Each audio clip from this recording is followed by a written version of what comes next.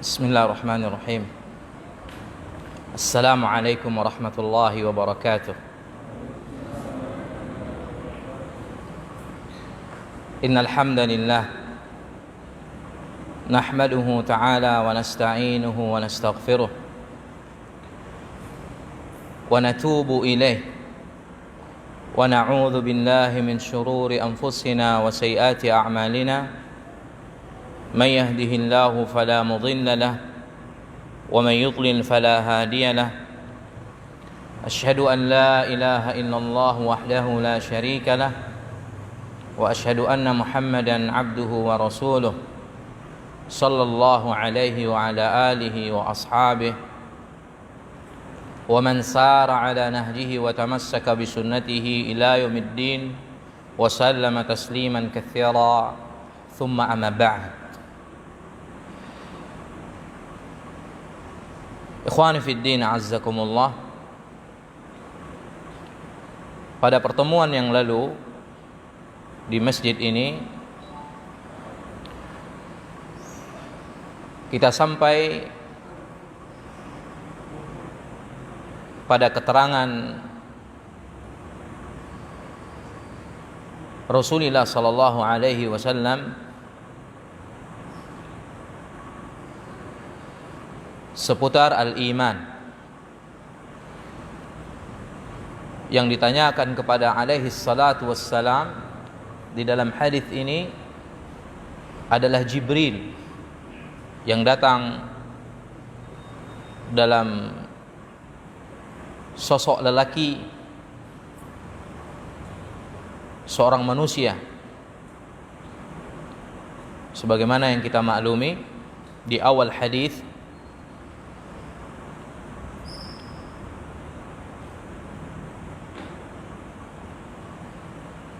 Sampai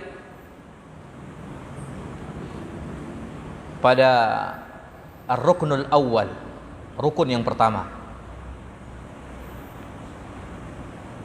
dari rukun al-iman.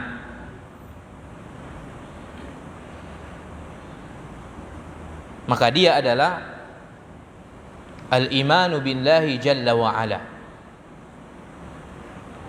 beriman kepada Allah subhanahu ta'ala,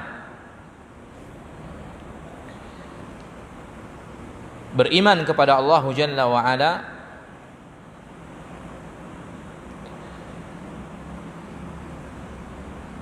meliputi tiga perkara yang diyakini, yang diimani dan ditetapkan, yaitu mengimani rububiyatullah, rububiyah Allah jalla wa ala, dan yang kedua meyakini uluhiyatullah, dan yang ketiga al-asma' was sifat lillahi jalla wa az, nama-nama dan sifat-sifat bagi Allah subhanahu wa ta'ala.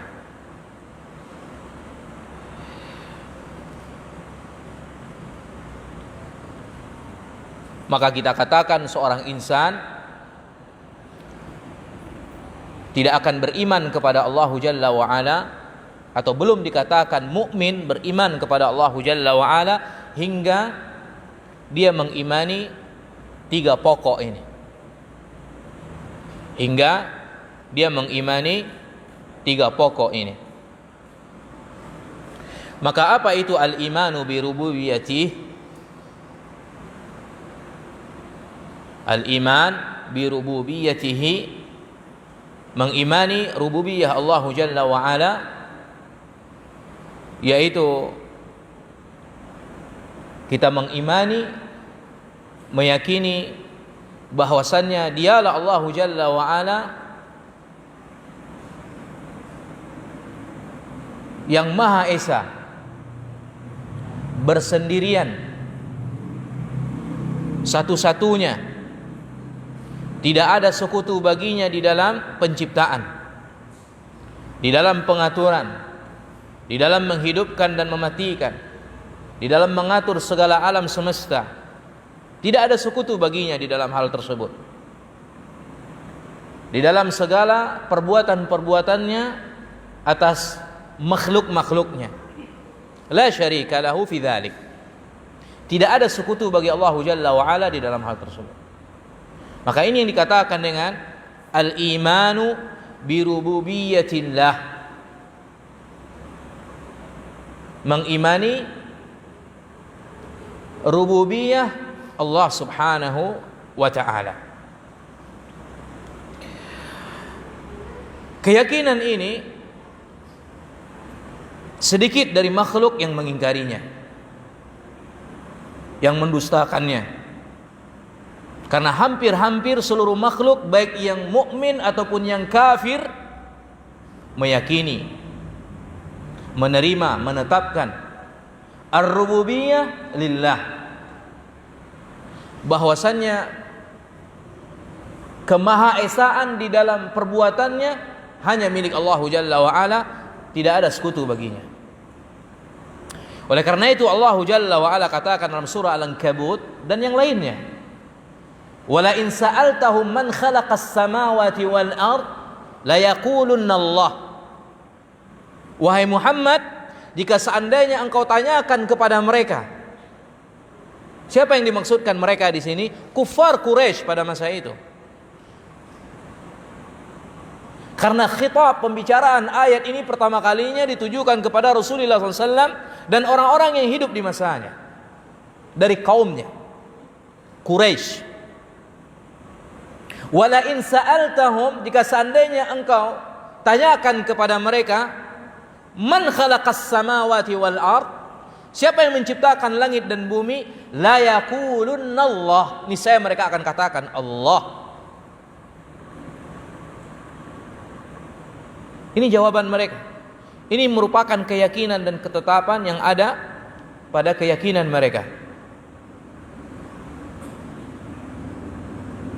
Banyak dari ayat-ayat yang senada dengan hal itu dalam surah Az-Zukhruf, juga demikian dalam surah Al-Mu'minun, dalam surah Yunus, begitupun juga Yusuf dan yang lainnya.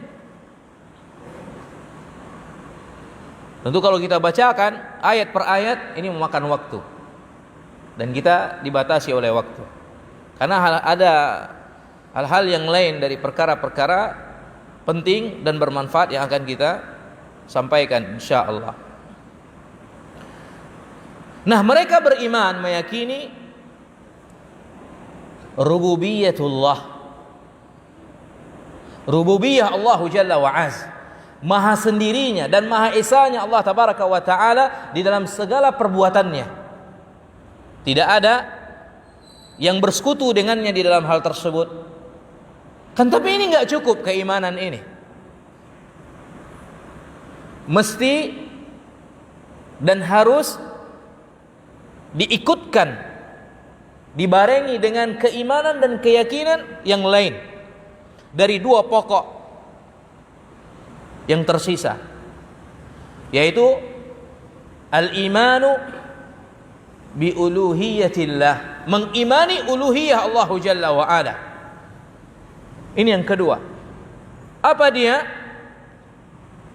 Meyakini bahwasannya, mengimani bahwasannya ibadah hanya pantas diberikan dan ditujukan semata-mata kepada Allah Jalla wa Ala dan tidak kepada selainnya.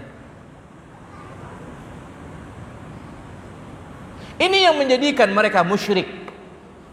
Ini yang menjadikan mereka kafir. Ketika tidak mengimani uluhiyah Allah Jalla wa Ala, sehingga ibadah-ibadah yang mereka lakukan dari jenis-jenis ibadah mereka berikan kepada selain Allah Jalla wa Az. Ini yang menjadi tempat perselisihan, perseteruan dan peperangan antara umat-umat yang ada dengan para rasul yang pernah diutus ke tengah-tengah mereka. Banyak dari umat-umat mengakui, menetapkan, meyakini bahwasanya Allahu Jalla wa Ala yang menciptakan, yang memberi rezeki, yang menghidupkan, mematikan, mengatur alam semesta. Kan tapi di dalam al-uluhiyah mereka menyimpang. Mereka menyekutukan Allahu Jalla wa Ala di dalam ibadah-ibadah yang mereka lakukan. Sehingga mereka beribadah kepada Allahu Jalla wa Ala, bersamaan dengan itu mereka mengibadahi selain Allah Azza wa Jal. Sehingga sembelihannya diberikan kepada selain Allah. Nadarnya juga demikian. Istighatsah yang merupakan ibadah yang agung, yaitu meminta pertolongan di kala sempit. Istighatsah. Apakah mungkin dikarenakan musibah yang melanda, kesulitan hidup, cobaan, kemudian melakukan al-istighatsah, meminta pertolongan di kala sempit? Mereka lakukan itu dan berikan itu kepada selain Allah Jalla wa Ala, mendatangi kuburan-kuburan keramat. Istighatsah kubro di situ. Dan mereka istilahkan dengan istighatsah kubro. Besar-besaran. Ini syirik. Padahal ya subhanallah, musyrik dahulunya ketika dalam keadaan sulit dan sempit terjepit, mereka meminta pertolongan sejadi-jadinya kepada Allah Jalla wa Ala. Hanya di kala lapang mereka berbuat syirik. Tetapi umat di hari ini lapang sempit, bahkan bersangatan di kala sempit melakukan kesyirikan kepada Allah Jalla wa Ala. Bertambah frekuensi kesyirikan mereka. Atau mungkin pernah dengar cerita riwayat yang sahih bagaimana kakek Nabi SAW Abdul Muttalib yang memegang kunci Ka'bah pada masa itu.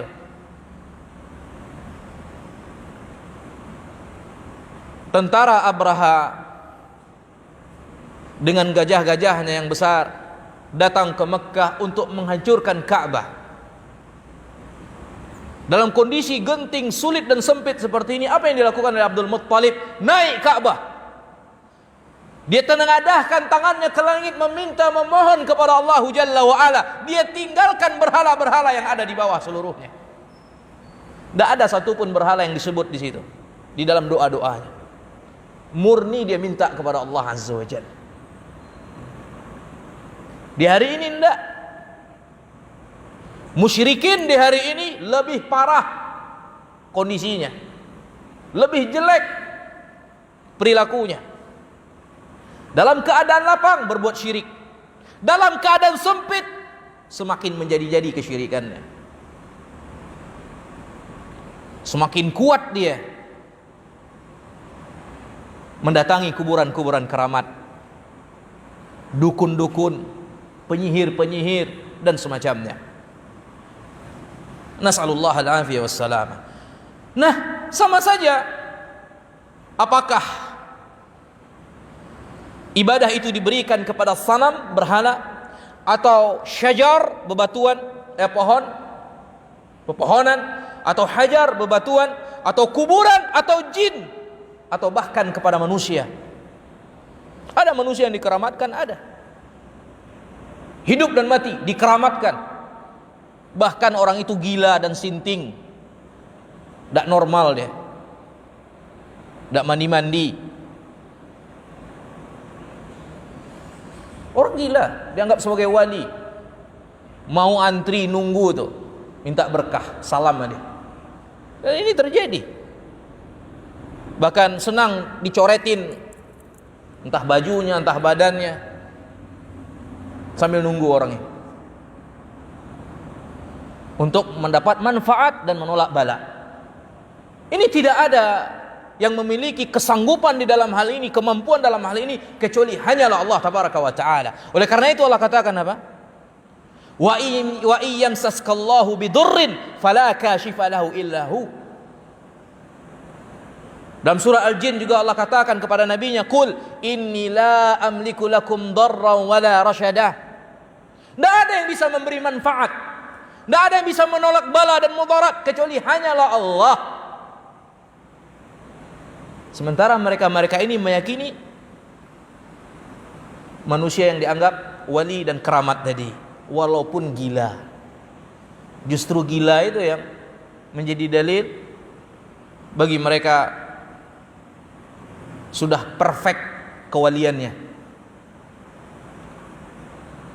Jadi mana yang gila coba? Orang yang gila yang diikuti atau yang mengikutinya ini? Entah mana yang gila. Dua-duanya gila. Allah musta'an. Ini kita bicara kenyataan dan ini ada. Bukan fitnah. Ini pelajaran bagi kita. Kita mengetahui kejelekan bukan untuk kejelekan, tapi untuk membentengi diri kita dari hal tersebut, untuk mengingatkan manusia dari hal itu agar tidak terjerumus ke dalam lubang yang sama. Ini fikih Hudzaifah bin Yaman.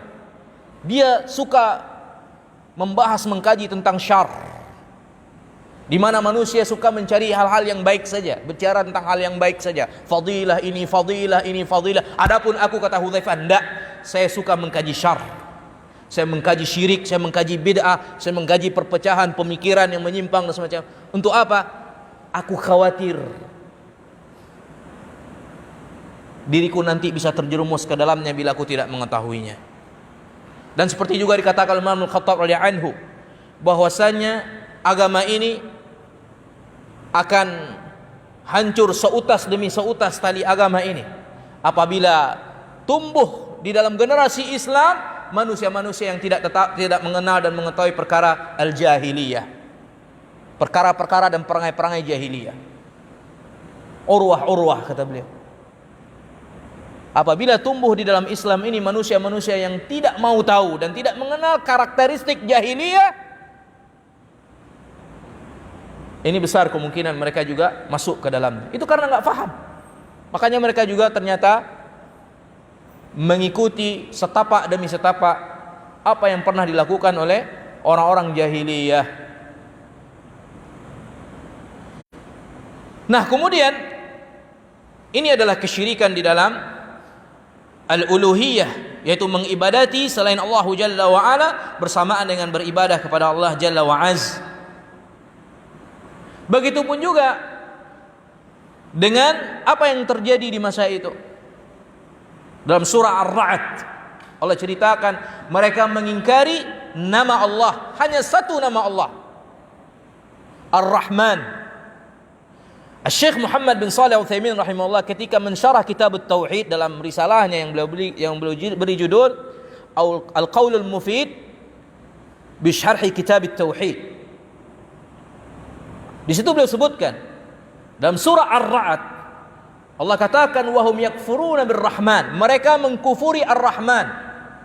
Di perjanjian Hudaybiyah ketika Nabi SAW menawarkan untuk mengawali risalah perjanjian itu dengan menuliskan kalimat basmalah bismillahirrahmanirrahim, mereka lecehkan, apa itu Ar-Rahman, apa itu Ar-Rahim, kami tidak mengenalnya.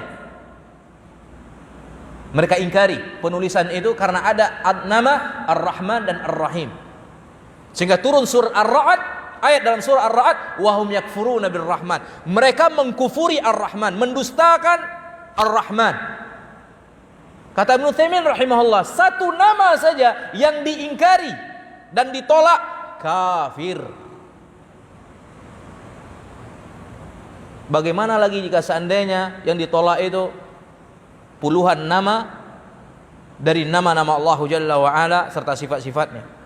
Dan ini ijma' para ulama. Imam Ahmad, Imam Syafi'i, wa Malik, wa Abu Hanifah dan yang lainnya. Kenapa? Karena terkait dengan ayat Allah Ar-Rahman. Satu huruf saja ayat Allah didustakan, diingkari, ditolak, kafir. Sementara Ar-Rahman, berapa ayat dalam surah Ar-Rahman, berapa lafaz Ar-Rahman di dalam Al-Quran? Banyak.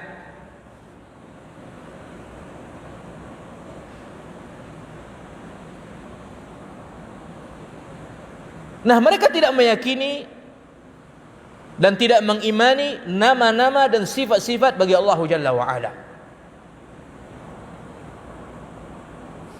sehingga tidak menjadikan mereka beriman kepada Allah Jalla wa Az. Begitupun juga generasi-generasi yang muncul belakangan setelah generasi al-mufaddalah, orang-orang yang mendapatkan keutamaan dari sahabat, tabi'in dan tabi'ut tabi'in. Ada orang-orang yang mengingkari al-asma' wal sifat. Nama-nama dan sifat-sifat Allah Jalla wa Ala diingkari. Dari kelompok-kelompok, sekte-sekte, golongan-golongan yang sesat dan menyesatkan seperti Jahmiyah. Sampai-sampai disebutkan oleh para ulama, hampir 500 ulama mengkafirkan Jahmiyah.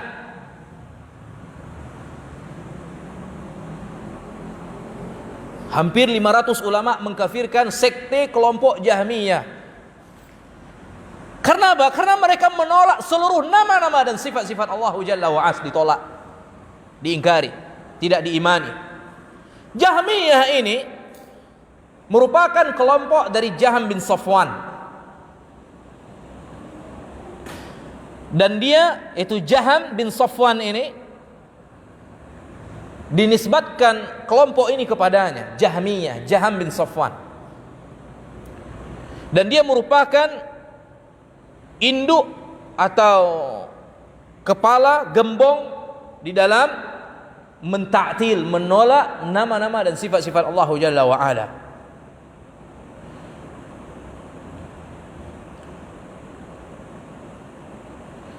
Dan kemudian yang berikutnya adalah Mu'tazilah. Mu'tazilah salah satu firqah, golongan sekte yang sesat dan menyimpang, menyelisih akidah ahli sunnati wal jamaah. Di antaranya di dalam al-asma' was sifat, gembongnya adalah Wasil bin Atha, kepalanya, tokohnya, pendirinya. Dia dulunya merupakan murid atau orang yang sering hadir di majelis Al-Hasan Al-Basri, Al-Imam rahimahullah, Al-Imam Al-Hasan Al-Basri. Sampai kemudian dia memperlihatkan pemikirannya dengan mengatakan bahwa al-manzilah bainal manzilatain, ada satu kedudukan di antara dua kedudukan. Artinya apa? Pelaku dosa besar, dia tidak mukmin, tidak kafir, tetapi berada di kedudukan yang lain, ada yang ketiga. Itu di dunia. Nah, ketika di akhirat dia tidak di neraka, tidak dan juga tidak di surga, ada manzilah yang lain, kedudukan atau tempat yang lain. Ini dikatakan dengan manzilah baina manzilatain, satu kedudukan di antara dua kedudukan.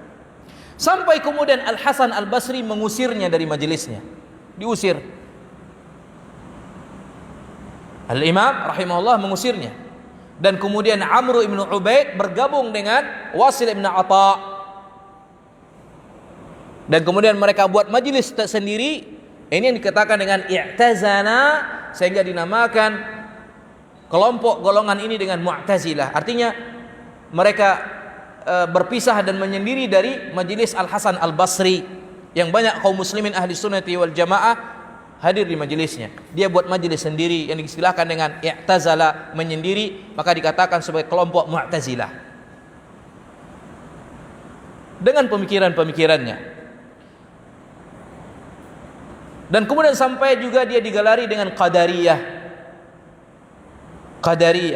yaitu menolak takdir, sampai kepada tingkat mereka menolak takdir. Bagaimana bentuk penolakan mereka terhadap takdir? Di mana mereka meyakini bahwasannya apa yang terjadi di alam semesta ini murni hasil dari usaha perbuatan manusia. Tidak ada ketetapan takdir Allah Jalla wa Ala. Jadi apa yang terjadi ini hanya murni perbuatan manusia, tidak ada kaitannya dengan kehendak dan ketetapan Allah Azza wa Jalla. Maka dia dikatakan sebagai Qadariyah, penolak takdir. Dan memang begitulah bid'ah. Dia akan membawa kepada bid'ah yang berikutnya, bahkan lebih besar.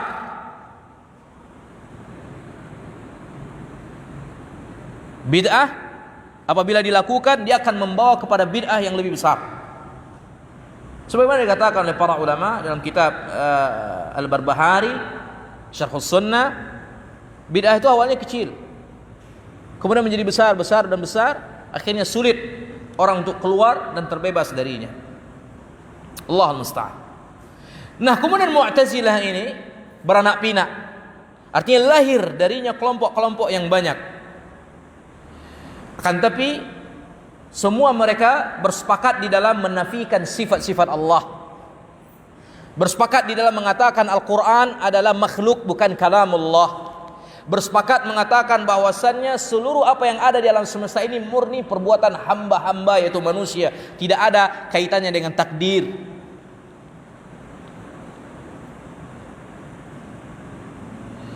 Baik.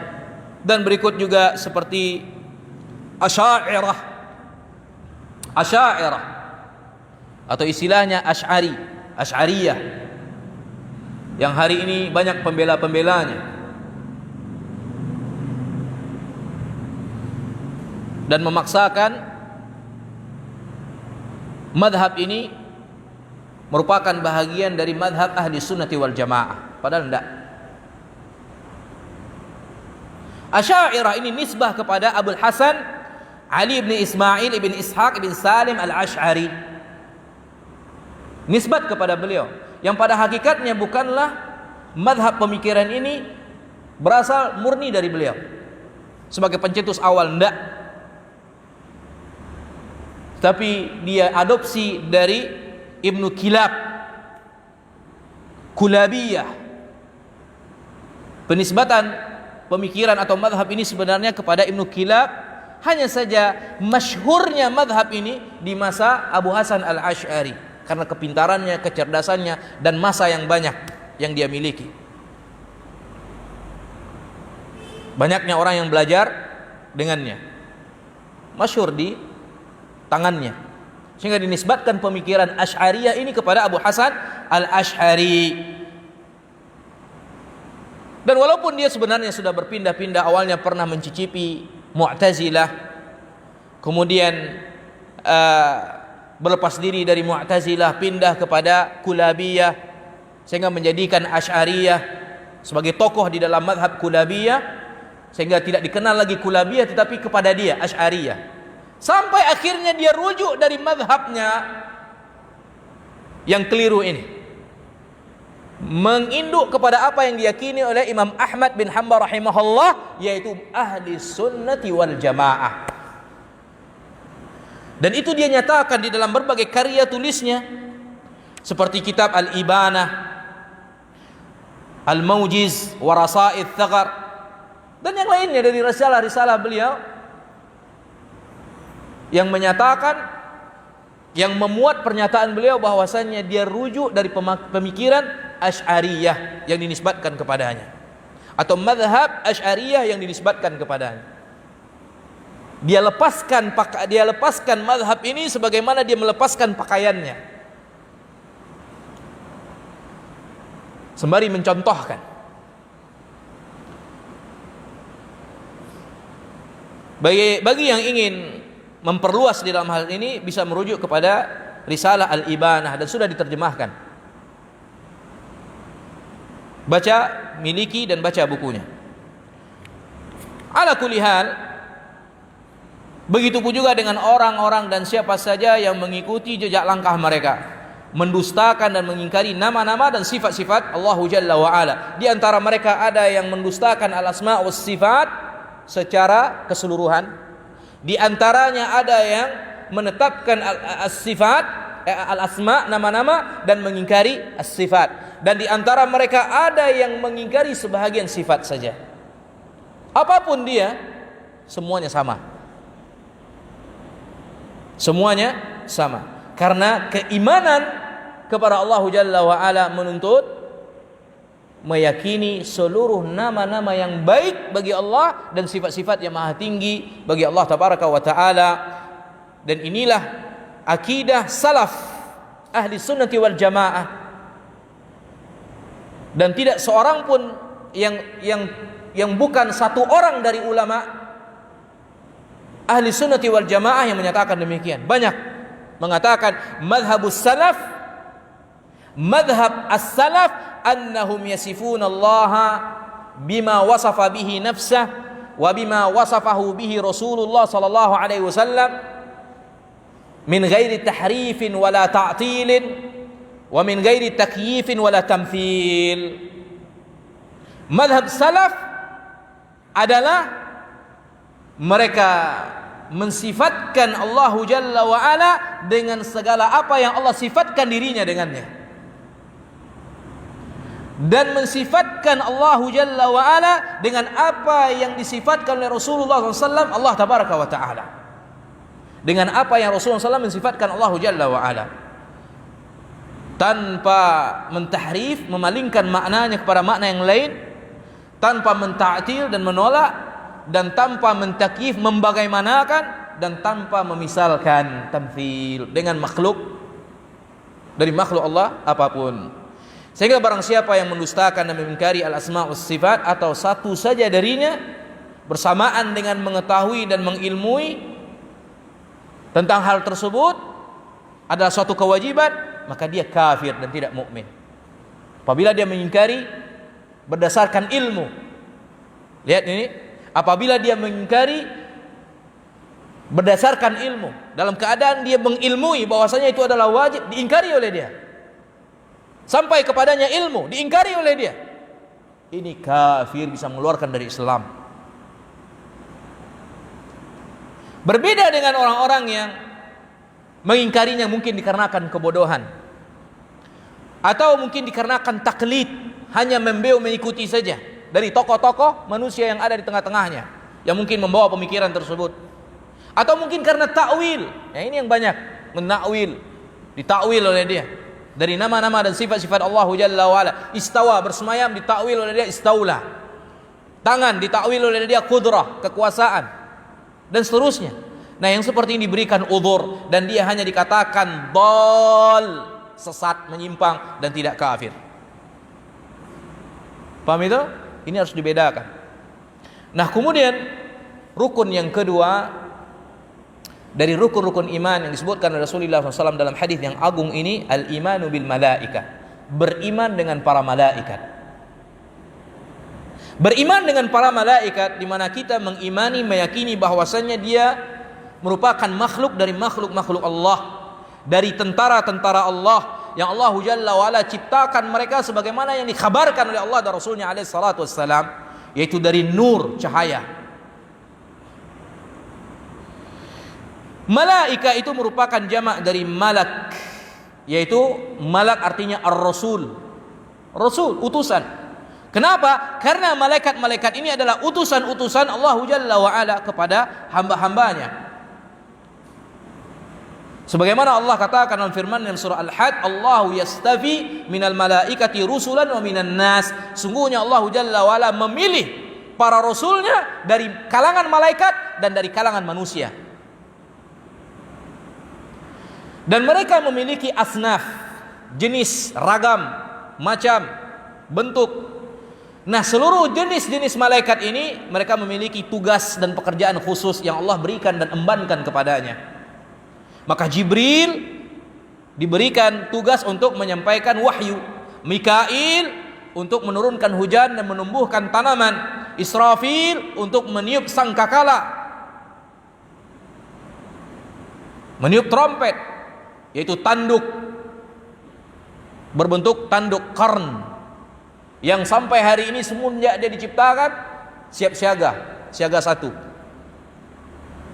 mengarah kepada Allah Jalla wa Ala dengan tanduknya trompet qarn, menunggu perintah dari Allah Jalla untuk ditiupkan trompet sangkakala. Dan di antara mereka adalah malaikat maut yang diberi tugas untuk mencabut arwah, ruh. Di antara mereka ada yang diberi tugas untuk berada atau meletakkan nyawa di janin, perut-perut para ummahat, meniupkan ruh padanya, dan diperintahkan untuk membawa 4 kalimat: rizki, ajal, amal, kebahagiaan atau kecelakaan yang ada pada janin tersebut di masa hidupnya. Dan ada di antara mereka yang diberi tugas untuk menulis, mencatat, mengawasi segala perbuatan dan pekerjaan para hamba anak Adam. Sebagaimana Allah katakan, wa inna alaikum lahafizin kiraman katibin ya'lamuna ma taf'alun. Di setiap kalian itu ada hafizin, yaitu malaikat. Kiraman katibin, malaikat-malaikat yang mulia yang senantiasa menulis dan mencatat segala apa yang kalian kerjakan. Mereka tahu. Tidak ada yang luput darinya kecuali dicatat. Maka malaikat-malaikat yang mulia ini, mereka memiliki tugas-tugas yang Allah Jalla wa'ala membebankan kepada mereka dan dikerjakan sebagaimana yang diinginkan oleh Allah Subhanahu wa taala. Yaf'aluna ma taf'alun. Yaf'aluna, mereka mengerjakan apa yang ma yu'marun, yang diperintahkan kepada mereka, sesuai dengan apa yang Allah perintahkan kepada mereka. Mereka merupakan tentara dari tentara-tentara Allah, dan mereka merupakan bahagian dari alam gaib yang kita tidak melihat mereka, tapi mereka melihat kita, dan kita mengimani keberadaan mereka tersebut, dan kita mengimani tugas-tugas mereka sebagaimana yang Allah Jalla wa'ala sebutkan dalam ayat-ayatnya dan melewati hadis-hadis Rasulullah sallallahu alaihi wasallam. Tidak seperti orang yang menyimpang di dalam keyakinan terhadap malaikat. Ada yang memusuhi sebahagian mereka seperti Yahud. Mereka memusuhi Jibril alaihissalam. Mereka mengatakan Jibril itu adalah musuh kita. Kalaulah seandainya yang turun kepada Muhammad itu selain Jibril, kami akan imani apa yang dibawa oleh Nabi Muhammad sallallahu alaihi wasallam. Oleh karena itu Allah katakan dalam surah Al-Baqarah, "Qul man kana aduwwan li Jibril fa innahu nazzalahu ala qalbika bi idznillah musaddiqan lima baina yadayhi wa huda wa busyra lil mu'minin." Dan sampai kepada ayat-ayat seterusnya dalam surah Al-Baqarah. Dan juga di antara orang-orang Syiah yang juga memusuhi Jibril, yang mengatakan apa? Risalah ini seharusnya diberikan kepada Ali, bukan kepada Muhammad sallallahu alaihi wasallam. Sungguh Jibril mengkhianati Allah tabaraka wa taala. Ini keyakinan dan akidah Syiah. Dan di antara manusia, yaitu kaum musyrikin khususnya, menyimpang dalam masalah malaikat. Mereka katakan malaikat itu adalah putri-putri Allah, anak-anak perempuan Allah Jalla wa'ala. Mereka tetapkan anak perempuan untuk Allah, sementara mereka membenci anak perempuan untuk mereka. Aneh. Ini kaum musyrikin, dan banyak ayat menceritakan tentang hal tersebut. Allahul musta'an, sanaktafi bihadzal qadar. Sudah masuk waktu Isya, dan insyaallah Jalla wa ala pada pertemuan yang berikutnya kita masuk kepada ar-ruknul tsalits, keimanan terhadap kitab-kitab al-munazzalah. Wa sallallahu ala nabiyyina Muhammad, alhamdulillahirabbil alamin. Assalamualaikum warahmatullahi wabarakatuh.